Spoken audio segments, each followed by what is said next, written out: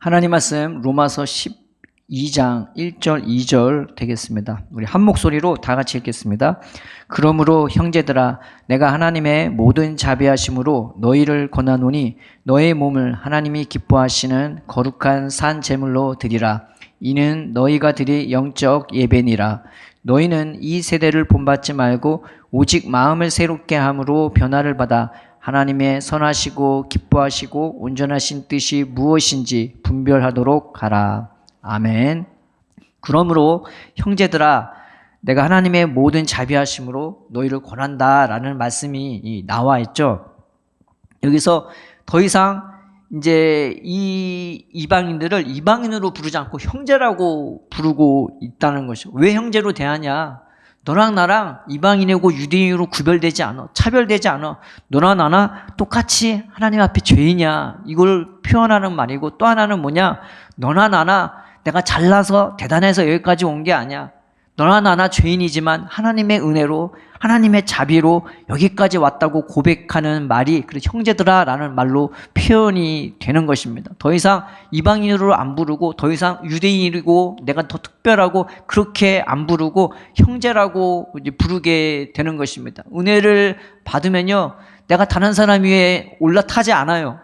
더 사랑으로 대하고 더 존경으로 대하고 내 형제로 대하게 되는 것입니다. 내가 너희 스승이니 내가 너보다 은혜를 더 오래 받았니 내가 신앙생활 더 오래 했니 이런 말 하지 않은 겁니다. 너나 나나 하나님 앞에 똑같이 죄인이고 하나님의 은혜로 내가 여기까지 와서 그 앞에서 내가 얼마나 더 오래 살았나 밥그릇수 세지도 않고 나의 특별함을 내세우지도 않고 그저 사랑으로 그저 형제 우애로 대하게 되는 것입니다. 이것이 사도 바울의 심령이에요. 또 사도 바울이 어떤 마음으로 이 유대 로마에 있는 이방인들에게 또 이 성도들에게 형제들에게 마음을 전하냐면은 그 하나님의 자비하심으로 그들에게 권한대요.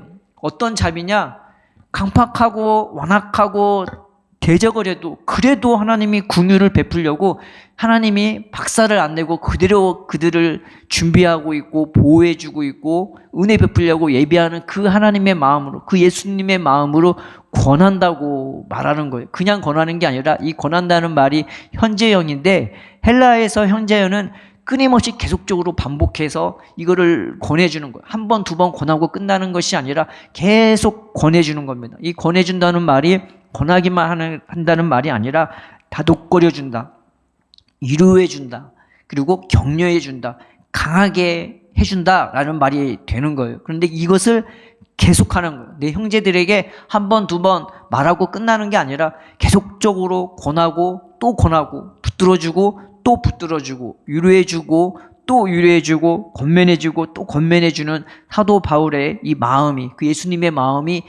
여기에 여실히 녹아져 있는 것입니다. 이게 사도 바울의 마음인 거예요. 한 번, 두 번 끝내는 한 번, 두 번 말하고 끝내는 그런 관계가 아니라 계속적으로 교제하고 기도하고 생각하고 계속적으로 말해주고 붙들어주는 게 이게 사도 바울의 심령이 되는 것입니다. 그러면은 무엇을 권하냐?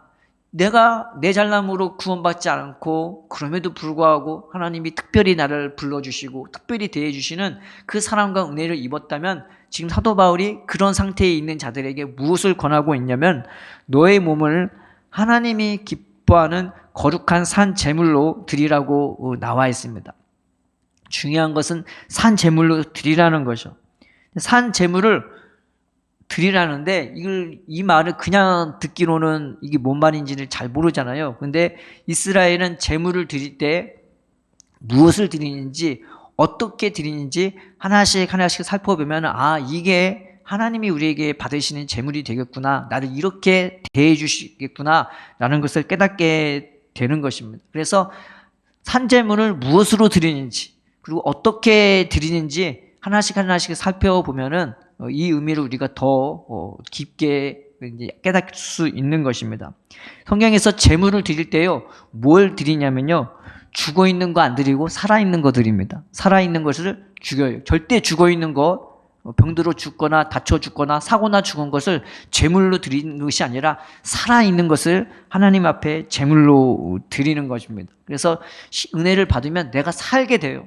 세상 사람처럼 병들어 있거나 죽어 있거나 고통스럽거나 괴로울 게 아니라 하나님의 은혜 때문에 내가 살아있음을 만끽하면서 그 살아있음으로 내가 하나님 앞에 드리게 돼요. 또 하나, 제물을 드릴 때 뭘로 드리냐? 양과 소로 드리는 것입니다.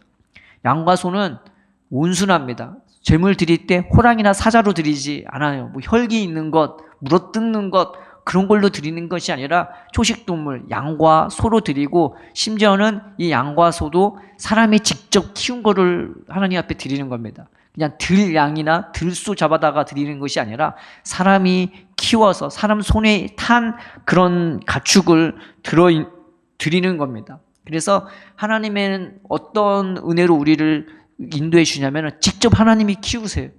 너 이렇게 일주일 살다가 때가 되면 하나님 앞에 예배 드리는 그게 아니라 평생 함께 하시고 평생 나를 지켜주시고 평생 우리를 인도해 주시면서 우리를 하나님이 키워주시고 인도해 주셔서 하나님이 삶 제물이 되게끔 하나님은 우리의 삶을 그렇게 복되게 거룩하게 인도해 주시는 것입니다. 또 하나, 이 제물 드릴 때 무엇을 드리냐면은, 이 제물 드릴 때 어린 양 아니면은 다 큰 양을, 이 성숙한 양을 드린단 말이에요. 그런데 날수를 채운 그 양을 드려요. 그 날수를 채운 그 소를 드리는 겁니다. 그래서 그 날수가 몇 년이냐면 1년이에요. 이게 어린 양이에요.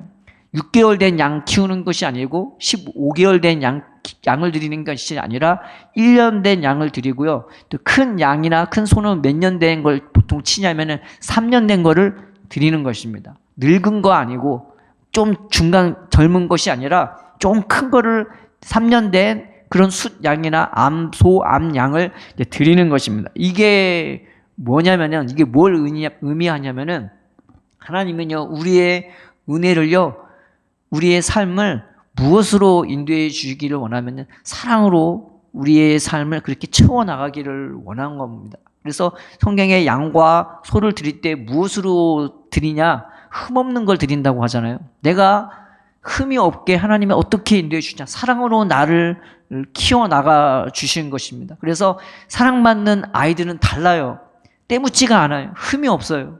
그걸 말하는 거예요. 하나님은 나를 그 사랑으로 이렇게 채워나가기를 꽉꽉 채워서 부족함이 없도록, 더 이상 세상 가운데 휘둘리거나 상처받거나 연약한 심령이 아니라 하나님 은혜 안에서 나를 잘 자란 그런 사람으로 나를 인도해 주기를 원하는 겁니다. 그래서 이게 그거를 말하는 거고, 또 3년 된 양, 그건 또 뭐냐?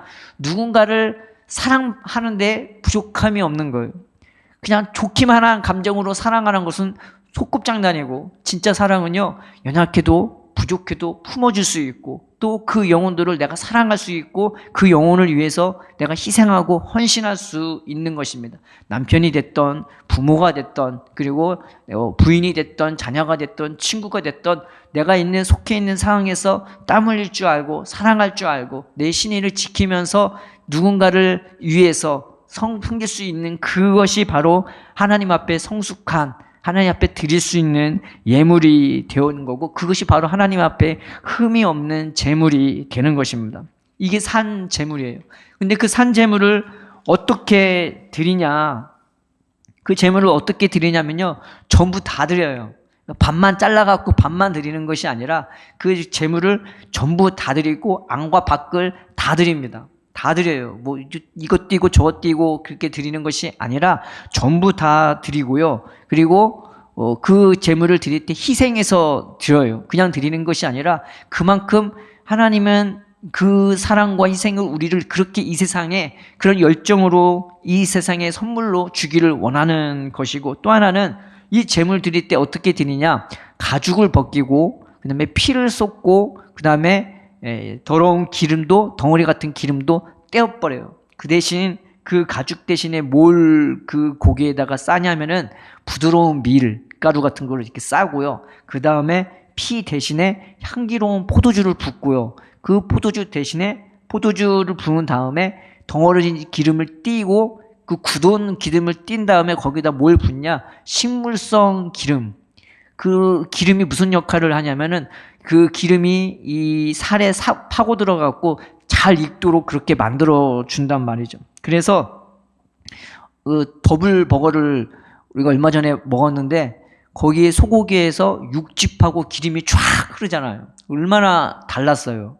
그거 먹는 느낌인 것처럼 우리의 삶을 누군가에게 기름지도록, 누군가가 우리를 흡입하는데 전혀 부족함이 없도록 하나님은 그렇게 우리를 만들어 가기를 원하시는 것입니다. 그래서 재물을 그렇게 드려요.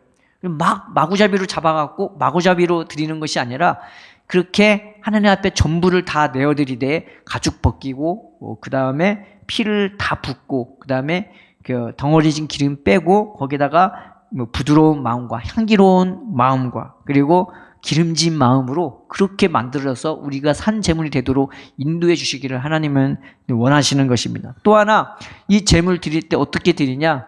물로 깨끗하게 씻어요. 그런 것처럼 우리 자체가 하나님은 어떻게 만들어 주시냐? 깨끗한 마음으로 그리고 순전하게 우리를 그렇게 사랑으로 깨끗하게 만들어 주시고 또 하나는 뭘로 드리냐? 이 제물 드릴 때 불로 드려요. 다 태워져요. 그래서 하나님의 사랑을 얘기할 때 뭐라고 얘기하냐면 불같은 사랑이라고 그렇게 얘기하는 것입니다. 하나님은 우리를 불같은 사랑으로 품어주기도 하지만 우리가 세상에 그 사랑의 불이 되기를 원하는 거예요. 그 사랑의 뜨거운 마음으로 세상을 사랑하고 세상을 품고 세상의 긍휼을 섬기기를 원하는 그런 산 제물 되기를 원하는 것입니다. 또 하나 이 제물 드릴 때 어떻게 드리냐? 다 조각을 낸단 말이죠. 그런데 그거를 제단 위에다가 막 들이붓는 것이 아니라 가지런히 이게 각을 져서 부위별로 놔둬요. 그러니까 하나님은 우리의 삶을 어떻게 드리기를 원하느냐? 정돈하는 질서 있게 규모 있게 우리의 삶을 산 제물로 이 세상에 드리기를 우리의 삶에서 그렇게 드려지기를 원하는 것입니다. 이게 하나님의 산 제물 되기를 원하는 것이죠. 이걸 다른 말로 표현하면 1절을 다른 말로 표현하면은 하나님은 우리를 최상급으로 그렇게 불러주신 거예요. 1등급으로 불러주신 것입니다. 1등급 한우처럼 생각하시면 돼요. 세상의 최고급, 최상급의 제물로 우리를 불러주시고 그런 가치로 우리를 대해주세요.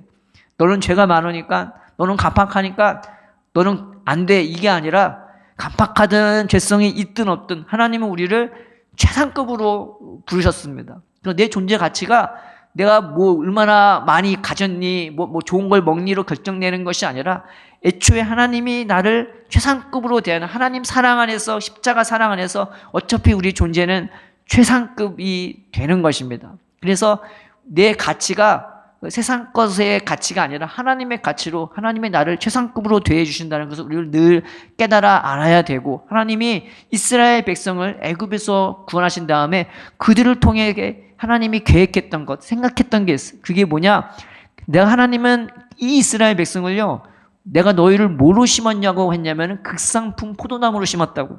그래서 그 열매, 그 향기를 온 세상에 퍼뜨리면서 하나님의 사랑이 어떤지를 그 하나님을 말해줄 수 있고 보여줄 수 있고 그 하나님의 사랑으로 세상을 섬길 수 있는 그런 이스라엘 백성이 되기를 원했단 말이에요. 하나님이 우리를 예수 안에서 부르신 것도 똑같습니다. 극상품 포도나무로 최상급 우리를 열매로 제물로 우리를 부르셔서 이 세상의 향기를 바라고 이 세상을 사랑하고 섬길 수 있는 존재로 불러주신 거죠. 그게 우리의 가치가 되는 것이죠.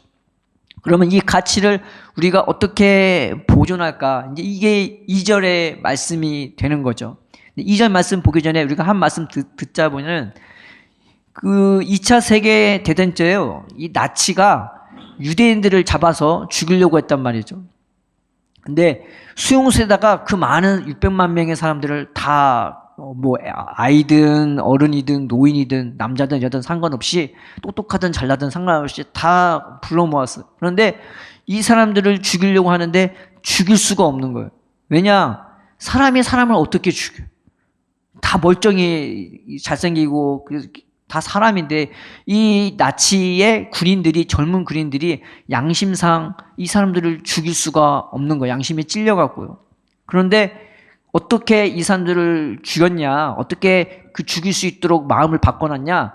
그 사람들을 수없이 많은 사람들을 감옥에 가다 놓고 화장실을 겨우 하나만 만들어놨대요.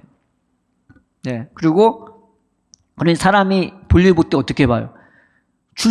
하루 종일 기다릴 수 없잖아요. 그 수많은 사람들. 그러니 여기저기다가 볼일을 보기 시작하는 거예요. 옷도 하나만 그러니 어떻게 돼요? 사람이 냄새가 나고 막 여기저기 사람 같지가 않게 되는 거예요.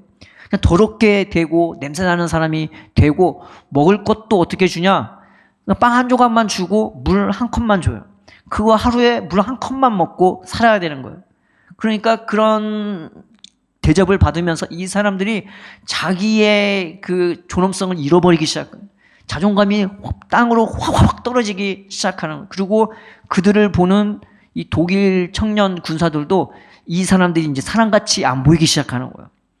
그러니까 그런 대접을 받는 사람도 자존감이 떨어지고 자기 가치가 확 떨어지고, 그렇게 보는 독일 사람도 쟤네들은 사람이 아니야, 쟤네들은 짐승이야, 개돼지랑 똑같아, 그렇게 보면서 그들을 죽이는데 양심의 가책이 안 느껴지기 시작하는 거죠. 그래서 빅터 프랑크라는 사람이요, 죽음의 수용소라는 책을 썼는데 그 수용소에서 어떤 일이 일어났는지, 그리고 거기서 어떻게 버텼는지를 이 사람이, 이 의사가 쓴 책에 있습니다. 이 사람도 그런 고난을 받으면서 화장실도 맘대로 못 가고 아무 데나 쌀 수밖에 없는 그런 상황이었고, 빵 한 조각 물 한 컵으로 그렇게 버텨야 됐었는데, 이 사람은, 보통 사람들은 빵을 받자마자 물을 받자마자 그 자리에서 먹고 그 자리에서 다 마셨대요. 근데 이 사람은요, 그 물을 다 마시지 않고 수건에 적셔갖고 그걸로 이를 닦고 그 깨진 유리 조각으로 면도를 해갖고 자기의 가치를 지켜나갔대요. 그래서 자기의 가치는 나는 사람이야, 나는 하나님의 백성이야, 하나님의 자녀야 하면서 자기를 깨끗하게 하고 자기를 관리했대요. 그랬더니 그냥 그렇게 독일인이 주시는 음식과 그렇게 더럽게 살아가는 사람들은 점점 병들어가고, 점점 마음과 생각이 아파지고, 점점 정신이 분열되기 시작하고, 이제 독일 병사들이 그런 사람들 먼저 잡아다가 다 죽였대요. 근데 이 사람은 멀쩡한 거예요. 늘 자기를 관리하고 늘 자기를 나는 사람이야, 나는 하나님의 백성이야, 그렇게 사니까 나중에 2차 세계대전을 끝날 때까지 살 수 있었다고 말하고 있는 것입니다. 그러면 우리는 우리의 존재 가치를 어떻게 지킬 것인가? 이 말씀에, 2절 말씀에 잘 나와 있죠. 너희는 이 세대를 본받지 말고 오직 마음을 새롭게 함으로 변화를 받아 하나님의 선하시고 기뻐하시고 온전하신 뜻이 무엇인지 분별하도록 하라. 이것이 우리가 우리의 가치를 지키는, 내 자존감을 지키는 방법입니다. 우리는 어떤 가치예요? 하나님이 보시기에 최상급 재물이, 최상급 열매로 부름받은 자들인 거예요. 우리의 가치는 하나님의 가치로 하나님이 우리를 불러주신 거예요. 그렇지만 그렇기에 우리는 이 세대를 본받으면 안 된다는 거예요. 이 본받다는 말이 슈스케마티조라는 헬라어 단어인데, 이 말이 뭐냐? 물건 찍을 때 그 주형 트레타가 뭘 넣어요? 쇳물을 집어넣고 탁 찍어내죠. 그럼 그 물건이 탁 나오는 거예요. 마찬가지로 세상 사람들이 이 세상의 문화의 향락에 그대로 찍혀 나가는 것을 말하는 거예요. 그냥 그 모습 그대로 세상의 유행이나 세상의 향락이나 세상의 문화에 그냥 찍혀갖고 다 똑같은 거예요. 이 사람도 똑같고 저 사람도 똑같고. 그런데 속에는 뭐밖에 없어요? 하나님이 있는 게 아니라 세상 욕심밖에 없는, 오늘 말씀처럼 세상의 혈기, 세상의 욕심, 세상의 고집, 교만, 그것밖에 없는, 그렇게 찍혀나가는 인생이 되지 말라는 거예요. 이 본받다라는 말이 그렇게 세상에 찍히는 것을 말하기도 하지만 세상에 이끌린다는 말이 있고 세상을 따라간다는 말이 되기도 하는 겁니다. 그런데 그런 세상에 너의 마음이, 너의 삶이 찍히지 말아요. 너희는 하나님이 얼마나 귀하게 만들었는데, 너희는 세상 사람들의 어떤 한 부류가 아니라 너는 그 한 사람 한 사람이 다 하나님 안에는 너밖에 없는 가치로 하나님이 사랑하고 그렇게 우리를 부르셨고 그렇게 우리를 대하시는 것. 찍힐 수 있는 존재가 아니라 한 사람 한 사람이 다 하나님 앞에는 선하고 귀한 아주 가치 있는 존재로 이 하나님이 우리를 부르시고 우리를 그렇게 키우시고 그렇게 인도하시는 말씀이 된다는 것입니다. 하나님이 우리의 가치를 어떻게 지켜주냐? 이 다음 말씀에 오직 마음을 새롭게 함으로 변화를 받아. 이 은혜를 진짜 은혜는요, 내 삶의 은혜는 다른 데 있는 것이 아니라 내 마음을 하나님이 주관해 주시고 하나님이 새롭게 하시고 하나님이 늘 보호해 주시는, 이게 하나님이 베풀어 주시는 은혜인 것입니다. 그래서 마음이, 내 마음을 내가 붙잡고 막 내가 어떻게 하려면 힘들어요. 근데 진짜 은혜는요, 하나님이 내 마음조차 붙들어 주는 거예요. 성경에 보면은, 에스겔에 보면은 그 날이 되면은 내가 너에게 새 마음 주고 새 영을 주고 내 영을 주어서 내 법을 지켜 행할 수 있게 할 거라고 얘기했고, 에레미야서에는 뭐라고 했냐면은 너희가, 내가 그렇게 돌아오라 나를 찾아야 살지 세상 것이 너를 살게 하는 게 아니야. 너는 나를 찾으라고. 내가 네 하나님이고 너는 내 백성이라고. 그런데 이 백성이 말을 안 들어. 그냥 돌아오면 할수록 더 멀리 가고 더 하나님을 싫어하고 보내는 사람도 죽이는 그 백성들이 결국 하나님 앞에 매를 맞아 쫓겨나갈 수밖에 없었단 말이에요. 그런데 하나님이 그들에게 어떤 말씀을 주냐? 내가 너희를 다시 돌아오게 할 거라고. 그래서 나를 경외하는 그 마음조차 내가 너희에게 주어서 나를 떠나지 않게 할 거라고 말하고 있는 것입니다. 신앙은 무엇으로 시작하냐면은 내가 똑똑하고 잘나고 대단해서가 아니에요. 나는 연약해요. 나는 부족해요. 나는 세상에 봤을 때 아무것도 아닌 것 같아요. 그런데 하나님이 그런 나를 세상에 비할 바 없이, 그 어떤 것도 비할 바 없이 하나밖에 없는 존재처럼, 가치처럼 대해주세요.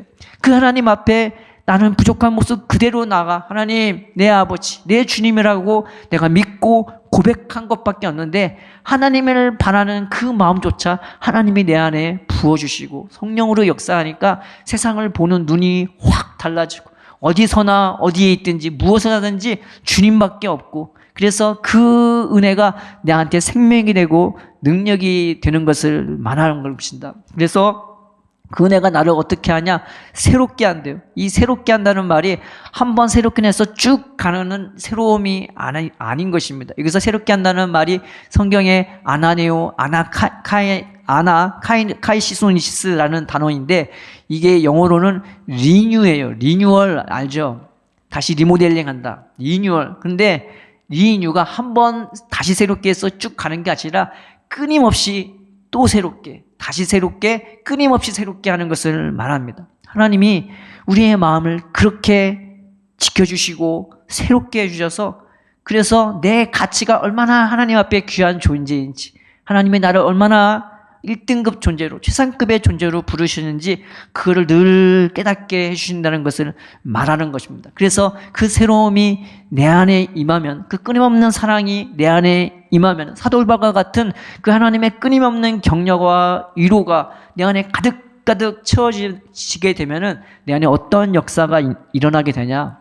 변화가 따라오게 되는 거예요. 이 변화라는 것이 그냥 생각 하나 바꾸고 그런 걸 말하는 것이 아니라 내 성질 자체가 아예 싹 바뀌어버리는 거예요. 예전의 모습은 어느 순간 없어지고 어느 순간 내 안에 하나님의 사랑이 있고 하나님의 은혜가 있고 나를 이토록 사랑하고 아끼는 정말 그 하나님의 극진한 사랑을 보게 되면요, 내가 나를 봤던 시각도 바뀌고 내가 사람을 보는 시각도 바뀌어요. 심지어는 강팍한 사람이 있어, 완악한 사람이 있어. 내가 봐도 고개가 쌀래쌀래 흔들어지는 그런 사람이 있었는데, 예전에는 그런 사람들 미워하고 싫어하고 내가 그 사람들 상관도 안 했는데, 은혜가 임하면은 그 사람들도 내가 사랑스럽게 보이고 그 사람을 위해서도 내가 울어주는 눈물이 나오고 그 사람도 귀하게 여기는 예수님의 마음이 내 안에서 끊임없이 흘러나오게 되는 것입니다. 이것이 진짜 생명이고 이것이 진짜 은혜가 되는 거예요. 내 가치는